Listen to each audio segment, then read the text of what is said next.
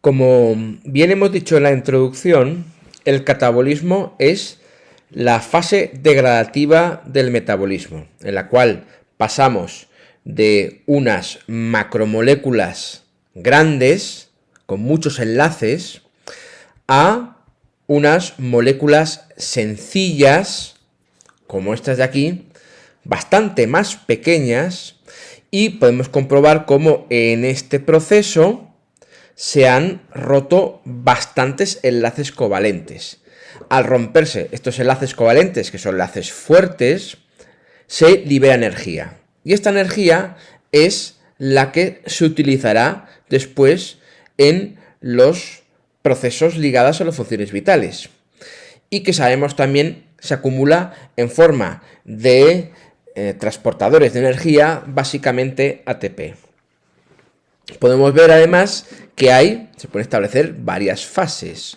En una primera fase tenemos la rotura de los enlaces covalentes que unen los monómeros entre sí mediante enzimas hidrolíticos, y esta fase 1 es lo que siempre hemos llamado digestión química. Es el proceso digestivo, que puede ser intracelular en los lisosomas o extracelular cuando estas enzimas hidrolíticas se liberan o al exterior o al interior de cavidades digestivas. Los monómeros pueden ya ser utilizados para, en procesos anabólicos inversos a estos, producir biomoléculas propias, pero también en una segunda fase seguir degradándolos para formar componentes orgánicos más sencillos, como por ejemplo el piruvato, que es una molécula de 3 átomos de carbono. En ese proceso se libera energía que se acumula en forma de ATP, pero también, como son reacciones oxidativas, también se liberan electrones que quedan almacenados en los correspondientes transportadores. Si la oxidación es completa, hay una fase tercera en la cual todavía se rompen más enlaces hasta llegar a estas moléculas que, como podemos ver, son extremadamente sencillas, solamente tiene 3 átomos, y podemos considerar que ya han exprimido completamente la energía y por tanto siguen produciendo este ATP y estos electrones. Bien, también es importante explicar lo siguiente. También podemos ver cómo pasamos de entidades muy organizadas y muy ordenadas, como son las macromoléculas, es decir, una proteína está formada por aminoácidos que están unidas entre sí, formando una entidad, que es una proteína.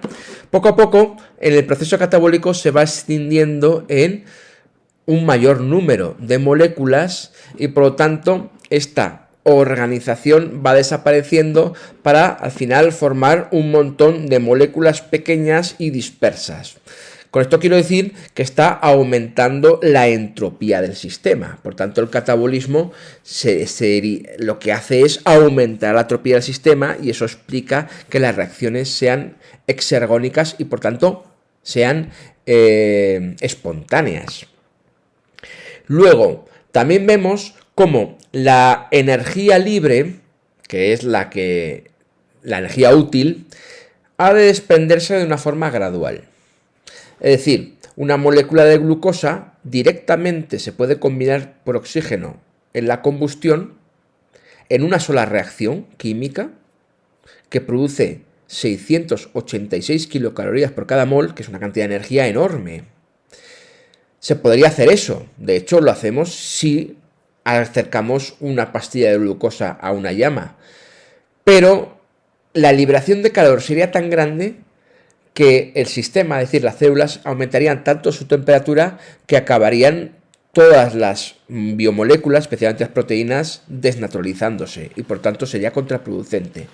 Para evitar este incremento excesivo de temperatura, se tiene que liberar la energía no en un paso, sino en múltiples pasos. De ahí la existencia de las rutas metabólicas, en las cuales poco a poco, convirtiendo unos metabolitos en otros, vamos liberando la energía en cantidades adecuadas. Por ejemplo, la producción de una molécula de ATP necesita 7,3 kilocalorías. Pues basta con que se produzcan pasos en los cuales se libera una cantidad similar o ligeramente superior a 7,3 kilocalorías para que el incremento de temperatura no sea muy elevada y se produzca ATP, en vez de liberar 686 kilocalorías, que sería una cantidad casi 100 veces mayor. Por lo tanto, se tiene que ir haciendo poco a poco. Para eso tenemos la liberación, digamos, la transformación gradual de unos metabolitos en otros. En este caso estamos hablando de una fosforilación de ATP a nivel de sustrato. Pero también hay otro sistema también que contribuye a la liberación gradual de esta energía, que sería la fosforilación a nivel de los transportadores de electrones. Es decir, también los electrones que se liberan en estas reacciones catabólicas, pues son reacciones de oxidación, también llevan una energía química asociada. Entonces, mediante estos transportadores, al ser cedidos a compuestos orgánicos o al oxígeno, a través de estas cadenas de transporte de electrones también podemos ir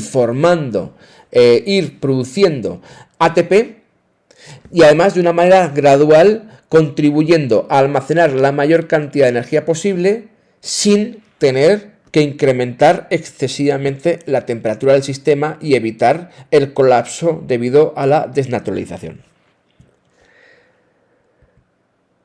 Vamos a considerar en este tema básicamente el catabolismo de los glúcidos. Generalmente nos centramos en los glúcidos porque son las moléculas energéticas por excelencia. También existen los lípidos, que también son moléculas energéticas y de reserva energética. Incluso las propias proteínas también, en algunas circunstancias, pueden también contribuir a aportar energía a las células. También vamos a ver cómo las vías degradativas que hemos visto que convergen, al final las etapas finales del catabolismo de los glúcidos van a ser comunes también al catabolismo de lípidos y proteínas. Por tanto, repitiendo, en este tema nos centramos en el catabolismo de los glúcidos porque realmente vamos a ver en el último punto de este tema cómo los lípidos y las proteínas acaban incorporándose en alguna etapa de estas reacciones catabólicas que vamos a ver. Y consistiría básicamente en lo siguiente. Primero tendríamos la descomposición de los grandes polisacáridos, almidón, glucógeno, incluso la celulosa en aquellos organismos que puedan degradarlo. Primero la descomposición mediante vía digestiva de estos polisacáridos en monosacáridos, especialmente la glucosa, porque hemos visto que muchos de estos polisacáridos están formados por glucosa y además mediante la acción de isomerasas los demás monosacáridos acaban transformándose en la propia glucosa. Entonces, la glucosa va a sufrir una reacción degradativa, una ruta metabólica degradativa que se va a llamar glucólisis. Son 10 reacciones metabólicas para transformarse en un compuesto orgánico de 3 átomos de carbono que es el ácido pirúvico.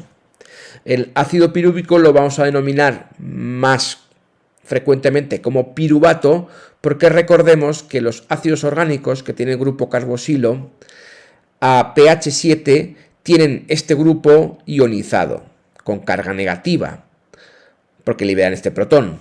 Por tanto, muchas veces, en vez de denominarlos ácido pirúvico, se les denomina por el nombre de la sal correspondiente, que es el piruvato. Y así también nos va a pasar con otros ácidos orgánicos, como puede ser el ácido acético, que lo llamamos acetato, o el ácido cítrico, que lo llamamos citrato, etcétera, etcétera. Pues bien, en una primera reacción, en una primera ruta metabólica, se va a producir la escisión de la glucosa, de una molécula de glucosa, en dos moléculas de piruvato. Ya en esta glucólisis se libera energía. Y luego a continuación el proceso, existe una bifurcación. En condiciones anaerobias, es decir, sin oxígeno, el piruvato se transforma en otros componentes mediante lo que se llaman las vías fermentativas, el proceso de la fermentación. Por ejemplo, si el piruvato se convierte en lactato, el ácido láctico, estamos ante una fermentación láctica. Si el piruvato se convierte en etanol, estaríamos ante una fermentación alcohólica. Hay más tipos de fermentación. En definitiva, lo que estamos haciendo es que estas moléculas que se generan son los que acaban aceptando los electrones. Sin embargo, existe una vía que es la vía aerobia, o la vía respirativa, sería más riguroso decir, una vía respirativa, en la cual lo que estamos haciendo, a diferencia de la vía fermentativa, porque el lactato y el etanol pues todavía tienen enlaces covalentes susceptibles de romperse y por tanto de obtener más energía. En la vía respiratoria, que sería esta de aquí, la respiración celular, lo que se hace es todavía romper los enlaces que hay presentes en el piruvato para convertirlos ya en moléculas mucho más sencillas. Al romper más enlaces todavía se obtiene una cantidad de energía mayor. Vamos a ver cómo el piruvato se convierte en acetilcoenzima A. El piruvato en las células eucariotas entra en la mitocondria, en las células procariotas todo esto se realiza en el citoplasma. Y luego este acetilcoenzima A, que en realidad es el grupo acetilo, entra en el ciclo de Krebs y veremos cómo este ciclo de Krebs, que es una ruta metabólica circular, acaba produciendo dióxido de carbono y agua y una gran cantidad de energía. Esto se realiza mediante el proceso respiratorio y además se produce ATP mediante una fosforilación a nivel de una cadena de transporte de electrones. Esta respiración tiene dos modalidades, la aerobia y la anaerobia. Nosotros vamos a estudiar en este tema la respiración aerobia, que es la más común, la que utiliza como aceptor final de electrones el oxígeno. El oxígeno acaba captando los electrones que se liberan en todas estas reacciones oxidativas para transformarse en agua. Y es el más común. Existe, sin embargo, una respiración anaerobia que está limitada a unas pocas bacterias que en este caso, en vez de utilizar oxígeno, utilizan otros componentes inorgánicos de alto estado de oxidación, como por ejemplo el nitrato y el sulfato. Estos también acaban aceptando estos electrones para que al final, mediante esa aceptación final de electrones, se termine la cadena de transporte electrónico y por los procesos que estudiaremos más adelante se haya transformado toda esa energía liberada en forma de ATP.